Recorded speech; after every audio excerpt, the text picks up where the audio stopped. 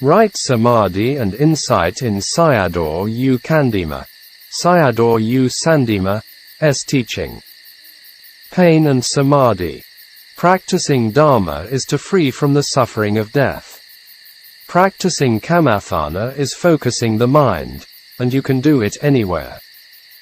Pain aches, numbness arises by sitting long. It needs to understand the nature of the practice. Do the teachers give you painful feelings, dukkha vedanas? Or the khandha to you? The yogis must be able to investigate what the Dhamma can do. Practicing with the meditation objects of rising and falling of the abdomen, the vibrations on the head, etc. The mind focusing at these places moves to the dukkha vedanas, when dukkha vedanas appear. The Dhamma shows its own nature, and we can't do what we like. For example, from the top of the head the mind moves to the predominant or more noticeable object of dukkha vedanas. These are not created by you or the teachers. We have to solve this problem. What we have to know is the paramatta aramana, ultimate objects itself have no dukkha, sukha, and no delusion. Dukkha, sukha and delusion, dosa, lobha and moha, are related to the wrong view of I and me which do not exist in mind and form. This is in the sense of paramattha dharmas, ultimate reality without concepts.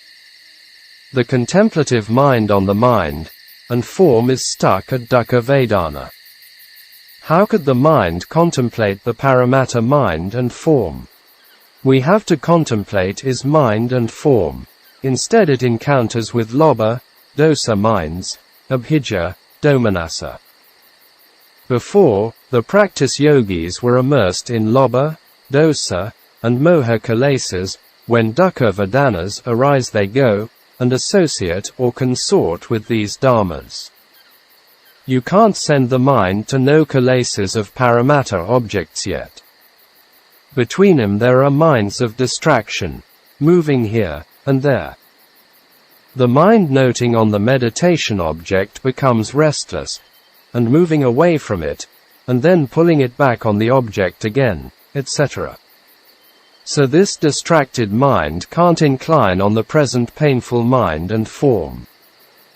Therefore, sila, samadhi is not letting the distracted mind, the rough and coarse mind, the lustful mind, the dull mind, etc. come near the contemplative mind. This is the practice of sila samadhi. The distracted mind is running here and there.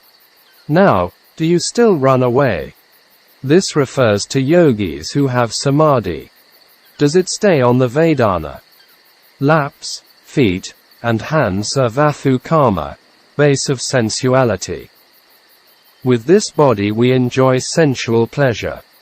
Therefore, it's karma, rupa form for sensuality. The eye is lustful for pleasant objects. Ears, nose, tongue are also the same nature. This tangible body is lustful for pleasant tangible objects, e.g., opposite sex to each other. Therefore, this whole body is the base for sensuality, vathu karma. When vathu karma becomes painful and aching, man, woman, laypeople, monk, and nun, etc. are different only in concepts, but they are the same in pain when the four great elements are disturbed or changed. Do they desire to become better? This is also of the same for everyone.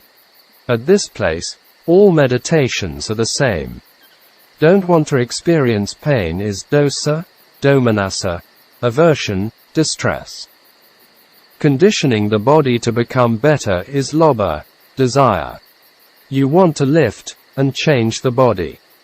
Wanting to become something is clinging the body as my body, which is wrong view, ditthi. Not knowing about the mental factor of feeling, vedana, is moha, delusion. That I am feeling vedana is the wrong view. Not knowing the changes of paramatta form is moha, don't want to feel it is dosa. Want to condition it is lobha. In this place lobha is abhijja, desire, don't want to feel is domanassa, distress, uncertain about it is moha. These 3 points are pulling on the mind, and making it impossible to contemplate. Therefore, yogis try to free themselves from these 3 abhijja, domanassa, and moha is practicing Dhamma. In the beginning, kamathana are different, but they are at the same situation with disturbance of the 4 great elements. The habitual tendency of a worldling is doing things with one's own thinking, and no reflection on causes and effects, so it's pathujana, worldling.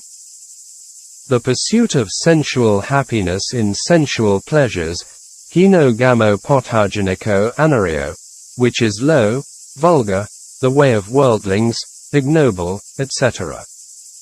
This is the practice of worldlings, i.e., hedonism. Now it brings the earth to the brink of destruction. Beware. Oh, human beings, you are digging your own grave. In towns and villages, people called themselves Buddhists, Muslims and Christians, but when dukkha vedanas arise wanting to change and adjust them. Even though people have differences in faiths and nationalities, what the khandha's happening is the same. No one could deny what the Buddha had taught. He didn't talk about human nationalities and faiths. He taught about Dhamma. Worldlings do whatever they like by not knowing cause and effect, good and bad, etc. If vathu karma and kilesa karma, objects of sensuality and defilement of sensual desire, is not good, they make it good and better, i.e., nourishing and increasing of defilements. They desire for comfort and lifting and correcting their bodies. So in practice whichever way or method we use, khandha dukkha is with us. Khandha will be disturbed, oppressed by change, then the mind will incline toward the place. The nature of rupa, form, physical body is to be deformed, disturbed, oppressed, broken, etc. Rupa equals rapati equals deformed, afflicted, etc. With no reflection on cause and effect, the worldling will react according to their habitual tendency. They will correct it for comfort. The desire for comfort is abhijja, unbearable to pain is dosa. Not knowing the nature of mind and form is moha. They meet abhijja, domanassa and moha in the same situation. Therefore, meditation is a way to free the mind that is under the control of these defilements by removing them. This is the first thing you have to do. Do I have the method and system? Meditation objects and the focal points are different, but when the khandha elements are disturbed, the mind goes to focus at oppressed places are the same. The mind has to leave the Vedana, and must stay with the original object. This was in the textbook, Suttas. You shouldn't pay attention to Vedana. Vedana vikhamhitava Vedana amanashikara equals suppress and not pay attention to feeling. Do you not suffer by paying attention to pain, aches and numbness? Does the text ask you to correct your body or not pay attention to Vedana? Noting him as pain, Vedana, Anicca, Dukkha and Anatta, doesn't it become worse? After that, you want to correct it by lifting and changing the body. I'll explain each one of them. Vedana vikhamhitava, suppress feeling. Vedana amanashikara, not pay attention to feeling. After that, keep the mind on the primary meditation object.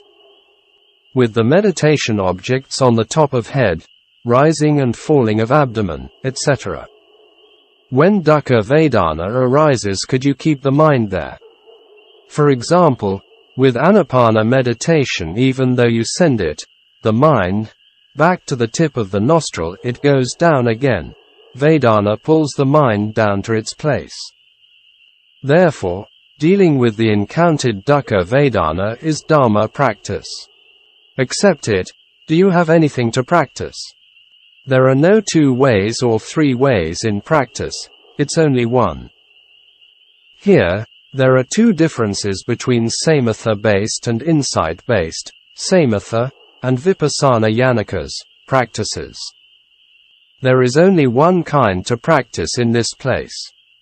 With regard to Dhamma practice, if we look at the Asavizopama Sutta, the simile of the vipers, practicing with whatever system Dhamma is only one. See Asavizopama Sutta in Salayatana Samyutta Nikaya. A criminal was sent to the king, and he did not punish him by himself. So the king ordered the criminal to look after the 4 snakes, viper snakes. Therefore, the criminal looked after and fed him every day. He was happy with the snakes. But a friend of his, wanting him to survive, said, if bitten by one of the snakes, the body would become stiff and tight like a piece of wood. If bitten by another one, the body would become swollen and putrid. Bitten by another, the body would become black like a charcoal. And if bitten by the last one, the body would fall apart into pieces. What the criminal should do was leave them behind, and run away for his life. As he was running away, the 4 snakes chased him from behind. He was running with all of his strength that they could not follow him to some distance. Here the 4 viper snakes refer to the 4 great elements of the body. This was not safe yet. There were 5 executioners chasing to kill him. This refers to the 5 khandhas, aggregates. So he had to continue to run for his life, freed from them and resting at a place.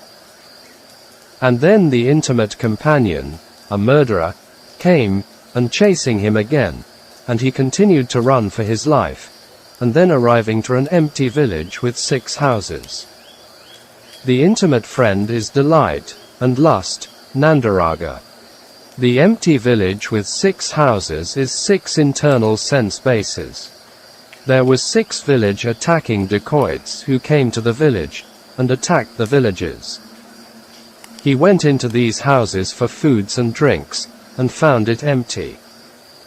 In the sutta, it did not mention how many houses and dacoits were there. 6 dacoits refer to 6 external sense bases. He heard the dacoits would soon come to the village, so he continued to run free from them. In front of him, he encountered a river, but there was no boat to cross over to the other side. This side refers to dukkha, and the other side nibbana. So he collected grass, twigs, branches, and foliage, and bound them together into a raft. Raft refers to the vehicle of noble eightfold path. There were no oars, so he had to use his hands and feet as oars crossing the river, and arrived at the other shore.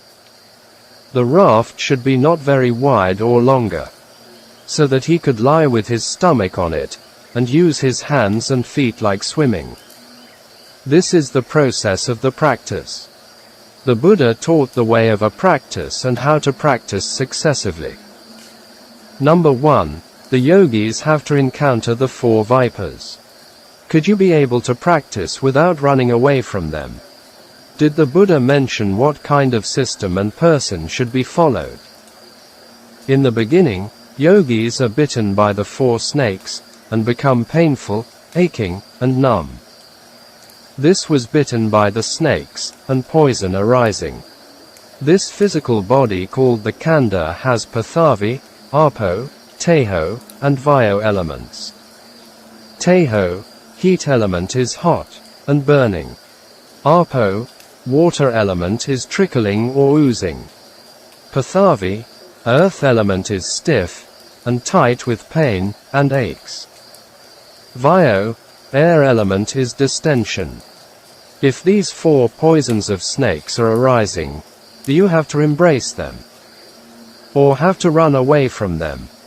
Now you're noting them as painful, etc. Means embracing them again. When you cannot bear the pain by noting it as paining, aching, anicca, dukkha, anatta, etc. Which is not the time for practicing Dhamma yet. This is going to embrace the 4 snakes that will not allow you to attain Dhamma.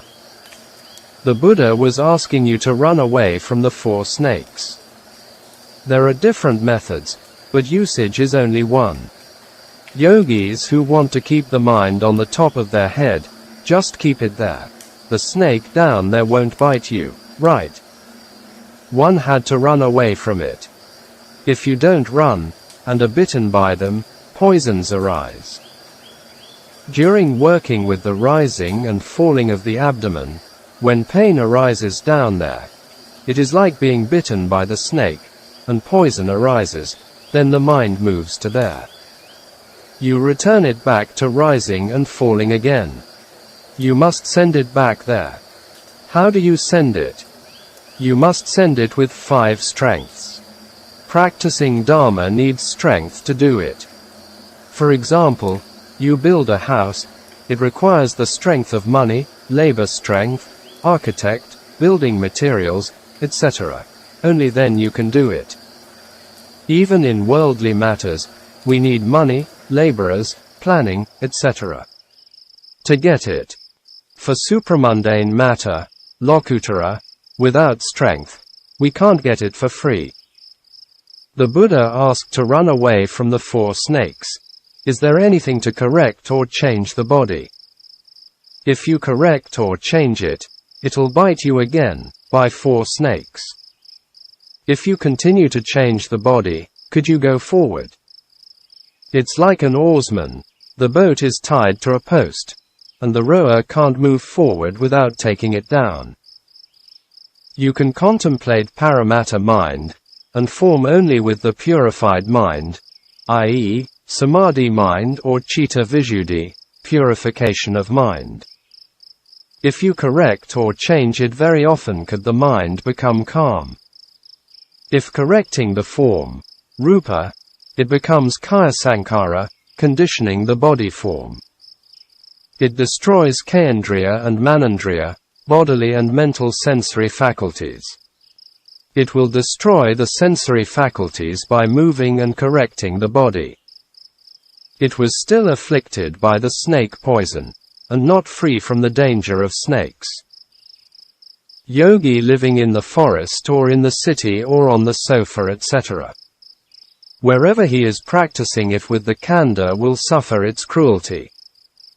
If practicing with an unclean mind, it does not arrive at vipassana, insight. You send the mind back to the primary object every time. Does it arrive there? Is it stable? And does it fall down again? What kind of Dhamma pulls it down there from the primary object? Is it me or who? You may have heard of these things. Someone had to amputate his hand and leg or can't give birth, and has to operate for delivery. Is it painful by using anesthetic for the operation? It's not painful, isn't it? Just think about it. Is it painful when the 4 elements are in disturbances? It's not painful by giving anesthetic. In this case, it was wrong to say that it's painful because of the body. Do the body have pain and happiness? It does have afflictions. Pain and happiness is happening in the mind. When pain arising, don't we say the lower part of the body is in pain? Is it right? No. It's wrong. If with this pain, aches and numbness Samādhi is destroyed, and how can we attain Dhamma?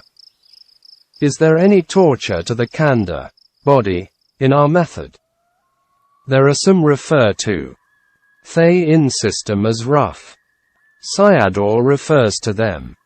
If you stay at home, are there no pains and aches? This body will torture you until your death. Is it because of Thay-in monks? Or the cause of khandha? You have always been quite concerned about this body. I.e., not blame the body instead to Thay-in system. We ask yogis to sit for 2 hours, then they say Thor-in monk is rough. When you sit, is there any beating with a stick? Pain arises by itself. Is it because of me? If they give you anesthetic, are you still in pain? Pain arises in the mind, and if you accuse the body, will it be true? When the body disturbed or afflicted, if the mind suffers and keep it at the tip of the nostril, does it stay where you keep it? Other methods also in the same way. What is pulling it down and not letting it there? You have to think about it. In practicing Dhamma, don't do it blindly. Is it possible there is no cause to pull it down? You pull it up there, at the nostril, and the other pulls it down, at the pain. So there are two phenomena that arise here. In this way, the nature of the practice appears to us. It's not possible to practice randomly. The teacher also can't teach people his ideas. Between the pulling up force and the pulling down force, the mind follows behind the stronger force. Saddha, faith or conviction makes one decide that with this meditation system and following the teaching and practice, one can get rid of the dying Dharma. Could you be free from it, i.e., death, if you follow in accordance with the pulling down Dharma? You have to keep it up with the 5 strengths, i.e., with spiritual faculties. With this teacher and system, I'll practice to attain it. Strength of conviction, saddha. You have to put great strength in the primary meditation, e.g., anapana, strength of effort, viriya. i.e., not let the mind move away from the object and keep it there. Every time the breath going in and going out touching the nostril have to know them. Strength of mindfulness, sati. For the strength of concentration, Samādhi, keeping the mind at one's own place, let it concentrate strongly there. Only these strengths are great. It'll stay at the place where you want it to be. Otherwise, it'll pull down by the pain there. Practicing Dhamma has to be at full strength here. If you take it as painful, aching, and rough, do you have any strength? Do you have any strength if you are giving up? For example, in the abdominal ascent and descent practice, if there is no power, does the mind go back there? The meditation is not wrong, but one has no strength. This conclusion is right because there is evidence regarding dealing with pain in the Mahasi system. In Lower Burma, there is a town called New Don in Morn State. Tav Ku Meditation Center is there. Tav Ku is a small village, and Tav Ku Sayadaw was quite well known for his patience and endurance dealing with pains and aches with Mahasi system. Some of his senior disciples also could follow in his footsteps. In this center, they encourage yogis to sit for long hours. Teachers themselves had long sitting experiences. One has no power so that it becomes impossible to obtain it, i.e., the power of Samādhi. One cannot send the mind back to the main object, and the correction becomes wrong. Moving the body and lifting the body is temporary happiness, i.e., free from pain. Could you attain Nibbana with temporary happiness? This is defiled happiness. Temporary happiness is the happiness of the worldlings. This creates a lot of problems and sufferings in today's world. Do you agree with the body and mind? Or follow the desire? Craving, tanha is there if you want to move and make corrections. Don't want to feel, experience, is aversion, dosa. I want to adjust the body is wrong view, ditthi. Not knowing the mind and body is delusion, moha. Correcting and lifting the body becomes the behavior of defilements, kilesa. Therefore, I tell you not to adjust or correct the body. Do you not encounter difficulty by not allowing you to correct it? Don't make merit for a corpse who dies with fear by sweating. If the carcass is fed to a dog, i.e. a wild dog, it will still fill its stomach. If I make merit for it, it becomes busy. At last, only the monks get the offerings. The dead person gets nothing. Some people die by sweating out of fear, that is with the process of unwholesome mind, and therefore will reach the destination of suffering, mostly hell. This being can't get any merits made by others. We can't take Sayadaw's view as face value. It's only for this dead person. There are many unseen beings living near humans. They are always waiting for this chance. These beings can share the merits made by others. I once heard a Thai forest Ajahn, teacher, say that when he visited the United States, he had seen many hungry shades there. There are many ghosts there, not surprising me. These people are always in competitions for sensual pleasures. Their hedonism can be called American syndrome. There are also not many people making merits, and sharing with them. Closing square bracket. In this area we met a person like this, not far from his center. You can also go there, and ask them. This is at our arms round place. Even before this person died, they were making merit for her. They wanted to make sure of her good destination. They offered robes to the monks. The husband put the monk robes into his wife's hands, and a monk went to receive it. He asked her to give it to the monk, but she was crying as, "It's hot. It's hot." At that moment, Shui Hin Ta Sayadaw said to the man, "Dakaji, you offer the robes yourself, and then pouring merit water, and sharing the merit with her, it's also possible for it."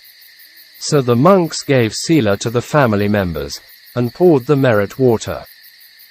The man went near her, and told her to receive the merit of offering, but she could only say, "It's hot.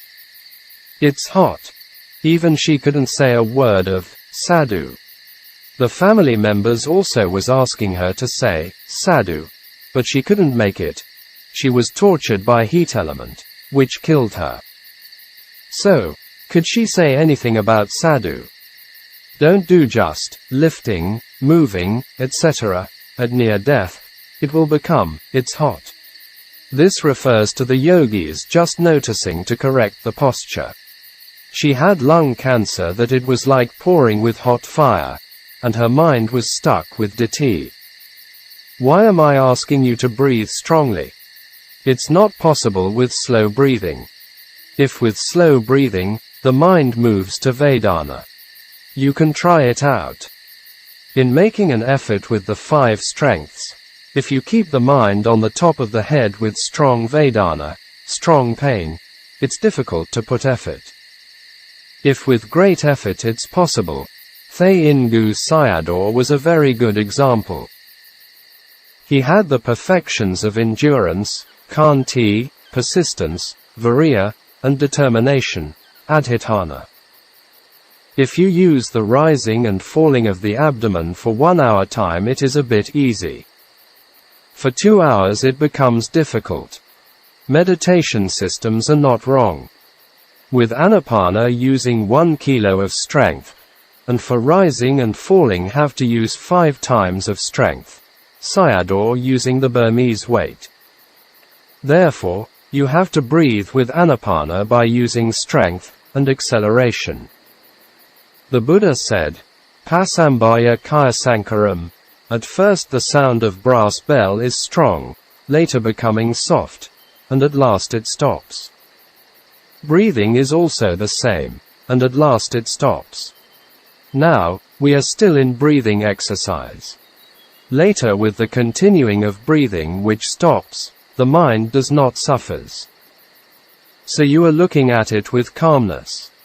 Before arriving there, you still have to breathe strongly.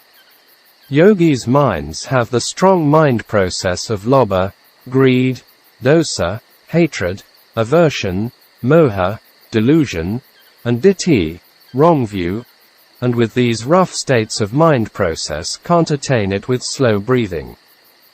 There are some truths in it. Usually with light or normal breathing most people fall into sloth, and torpor, or the breath becomes not clear, and forget the breath. With experiments and exercises, only we can find out our ways. Do we ask you to do our Anapana meditation, coming from our own invention? Or asking you to overcome Vedana, pains, and aches? In breathing strongly is not like rowing the boat, sawing the wood, and running a race. We use 3 factors, sati, mindfulness, gnana, knowledge, and panna, discernment, to breathe strongly. Awareness, sati, of the place where the air contacts with the tip of the nostril is sati. Checking of is there any mistakes with the in and out breaths, the equalizing of short breaths and long breaths, the rightness of slow breathing and fast breathing, soft breathing and strong breathing have to be right, not doing of sometime stop it, and sometime do the breathing, etc. Reflect on this factor is knowledge, gnana. Discernment, panna, is tuning these factors to become balanced. Is there any extreme breathing there?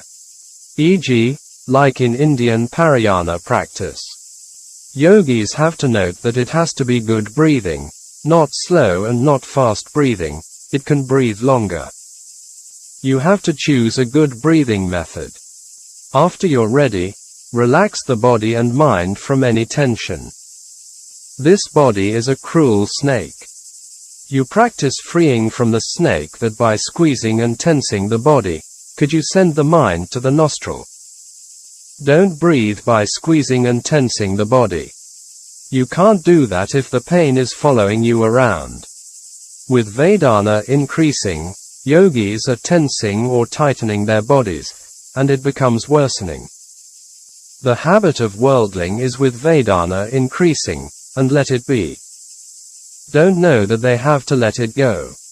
It means yogis are resisting the pain, and it makes it worse. The right way is non-resistance. Don't control and tense the mind. If happening like this, gnana, has to know it. Don't tense the mind, instead releasing or relaxing it. Previously calm and smooth, as Vedana increases, the mind becomes tense and fearful. Don't do it, i.e., tightening the muscle of the body. At that time, breathing becomes random by doing it, by tensing the body. And then not know the in and out breaths, short and long breaths, etc. This is vinipata bhaya, i.e., falling down randomly like fruits and leaves. It is even worse than that at dying. If Vedana is arising, don't let it be this way. With Vedana starts increasing, and making adjustment to the in and out breathing. Yogis must breathe in a way not affecting the acceleration of preceding and following breathing, and also tune the rate of acceleration so as not to destroy it. The slow and fast breathing, soft and strong breathing have to be right. With the increase of Vedana, some yogis stop breathing and not breathe anymore. It can't solve the problem by stopping it. So, don't stop the breathing. You practice the primary object regularly with its long and short, slow and fast and strong and soft breathing. One of the caused dharmas will pull the mind down to Vedana. The pulling down element, i.e., mind dharma, is arising, and don't be in fear, and continue to contemplate the primary object without wavering, i.e., not let the mind move. You continue to breathe regularly at the chest.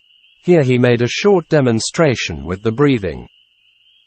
Without breathing roughly, i.e., with force, with lobha, and dosa, and continuously with one's own short and long breathing, slow, and fast breathing, and soft, and strong breathing, the mind will follow you.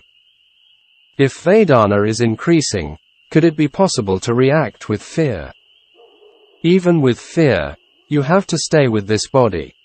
Fear or not fear, you have to die with this body. Are you free from it? So, don't go and associate with it. You know about its great danger. Lower yourself to gain something for this body. Busy oneself for a livelihood in rain and sun shine with less sleep is also for this body. At near death, it kills itself. Even though we feed and look after this physical body, does it bring happiness to you? Why should we continue to follow the body which does not bring benefits to us? However, you feed and look after the body, decorate it with gold, silver, jewels and perfumes, it will still be cruel to you. Does it reduce its cruelty to you? It doesn't give you any benefit, so let it go. You discard the body, which will kill you to death. So you have to send the mind with the 5 strengths to the primary object of the air at the nostril. It's very important we should reflect very often about the khandha dukkha with the 4 meanings of dukkha sakha in our daily experiences, i.e., oppressive, burning with fire of defilements, conditioned dukkha, and disturbances, affliction, change. We should not follow behind the khandha process, the Dhamma process with desire for achievement, then do it quickly and fear of pain. No one will die here and don't be afraid of it, i.e., to the increasing of pain and aches. We are doing exercises so that we can actually handle the body when it kills us. Preparing for death, so to speak. Don't move or correct the body out of fear of the short arising Vedana, pain. You must win in pulling the mind to the object of contemplation. If you practice with 5 strengths on winning it, the mind will follow you. If you are not doing what the teacher has asked you, and instead, making friends with Vedana by following the comfortable way, you will have no benefits and result. However, Vedana is increasing, let it go by itself, like a stranger, prato. The mind will not incline toward Vedana, pain, if you pull the mind or keep the mind with the 5 strengths at the primary object, mula kamathana. In this way there is no suffering, and you are free from the pain, not affected by suffering. Dharma practice is dealing with this problem, i.e., how to overcome pain, and attain strong samadhi. Some reflections on samadhi. One of Ajahn Mun's senior disciples, Ajahn Lee Dharmadharo, gave an analogy with sila, samadhi, panna in a talk. Dharma practice is like building a bridge across a river. We can divide the bridge into 3 sections. This side, the middle, and the other side. This side is like sila, the middle is samadhi, and the other side is panna or vipassana. When working with the bridge, the most difficult part is the middle. There are profound and useful dharma in this analogy. No sila, you can't get close to samadhi, and without samadhi, you can't penetrate the true nature of phenomena and see nibbana.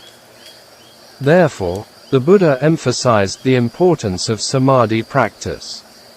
The commentary mentioned 2 ways of insight practice, i.e., samatha-based wet insight, and non-samatha-based dry insight.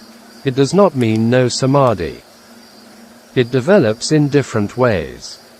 The commentary gave an analogy for these 2 practices.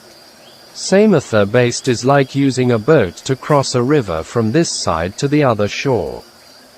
Dry insight is like swimming to cross the river.